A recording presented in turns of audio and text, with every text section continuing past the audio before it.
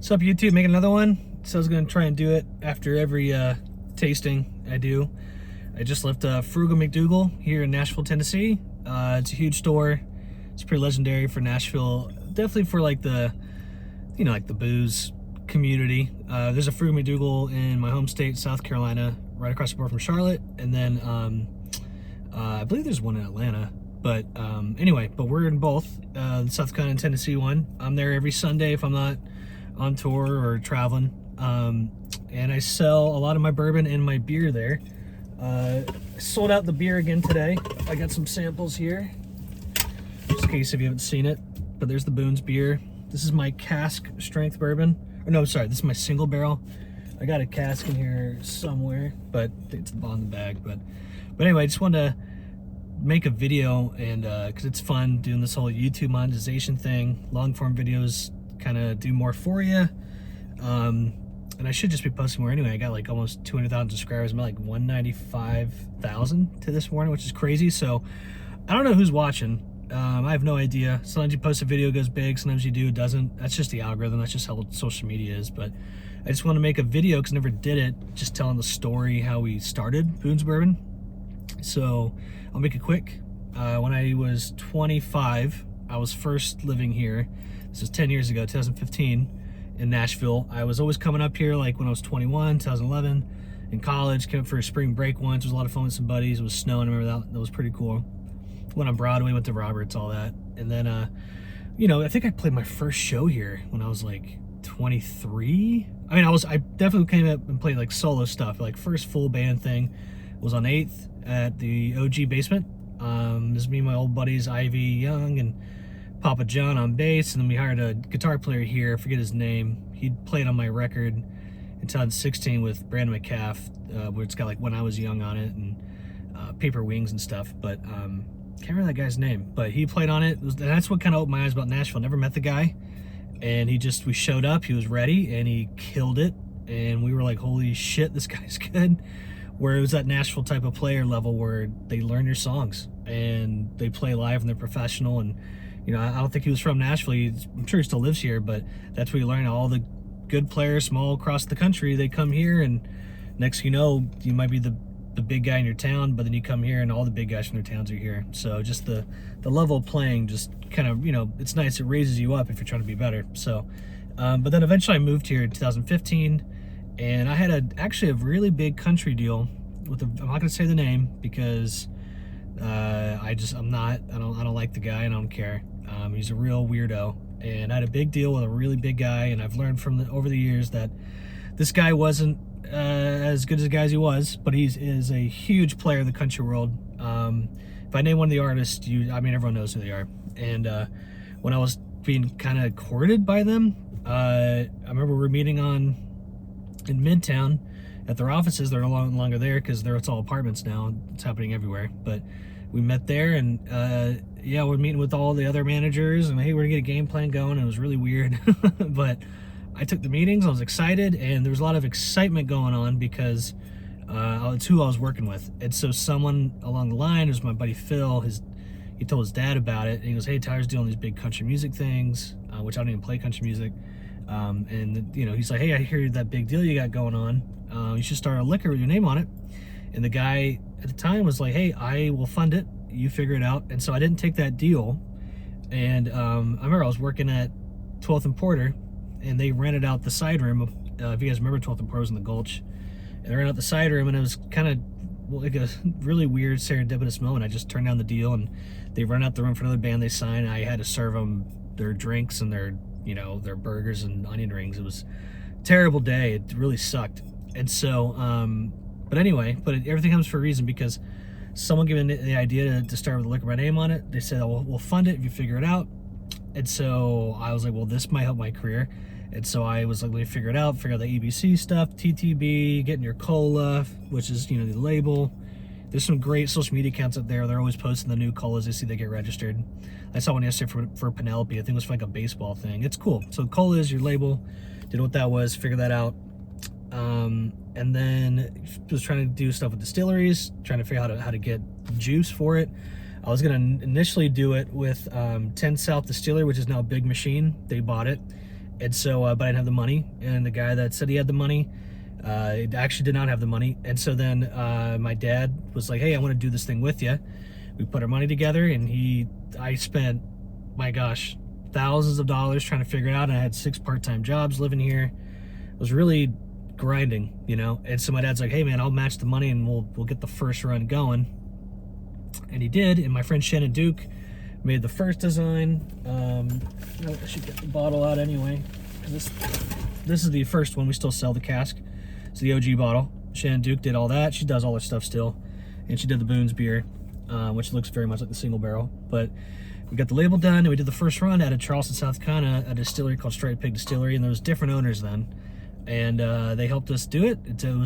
We sourced it, we secondary finished it, and then me and my dad just kind of hit the ground running. 2018 was when it came out. And for me touring and just the internet, like it literally blew up like we had Billboard Pro do an article talking about my career. It was wild. I was like, man, I didn't know I had a bourbon career. And we just kept going with it. We didn't know what we were doing. We took every deal in the beginning. It's a thing, man. You just don't know until you do stuff. And a lot of distributors weren't paying us, and then eventually someone else bought the distillery, and that person was not a good partner. They stole a lot of money from us, all this crazy stuff. And so that's small business stuff, but we're still sticking around. Now it's 2025, and through that we've won tons of awards. Top 61 Forbes, Platinum Malay, double gold year 2 times, double San Francisco beat Blanton's, and that's the cask. And then we came out with Bardstown and Green River Barrel. They invited us up. Buddy Lance Abel, he's the man. We have the single barrel now. It's like a $75 bottle. This is barrel 146. That's what's in Tennessee. It's in Kentucky, South Carolina, and then we got online orders to the mixologer. And then 3 years ago, Holy City Brewery out of my home city, Charleston, South Carolina, invited us up to do a beer, and it was a collab. And what we did with them was a Pilsner, and we wanted a malted barley type thing, because it's malted barley in the bourbon. And so it makes a true pre-prohibition Pilsner, which is really cool. And they started it, and we had a big festival, and I still do the festival, and it was a good lunch. It was great. And then eventually we just took it from them, and they gave it to us. Chris, the owner, was very nice and was like, hey, I'm just going to give this to you guys. And so he did. And we then, I've had a couple of brewery partners over the years, but now we're with Peak Drift out of Columbia, South Carolina. And there you go. And now they make a lot of beer for a lot of people. And you'll begin to learn that. A lot of people source their bourbon, their vodka, whatever, tequila. They're not exactly making it, and it's become more apparent now, but you can mess with it, make it your own, or you just sell it. But it's all about the brand and the story. And so, we don't own a brewery or distillery at the moment, but this is our recipe, and this is our mash bill that we chose, and this is our secondary finishing process. Like, everything's ours, right? And so it's a lot of fun. It's great, and this beer is kicking butt because anybody will try a beer. And with it being an American Pilsner with malted barley, it's kind of not very common. And so it's a cut in the grass beer. It's a little creamy on the end. It's a lot of fun. And yeah, man. And so anyway, I know I'm kind of blabbing here. I just wanted to make another video, but that's the story of how we started Boone's 2018. And man, it's been 8 years almost. It'll be 8 years next May, and it's been a journey. It's really cool.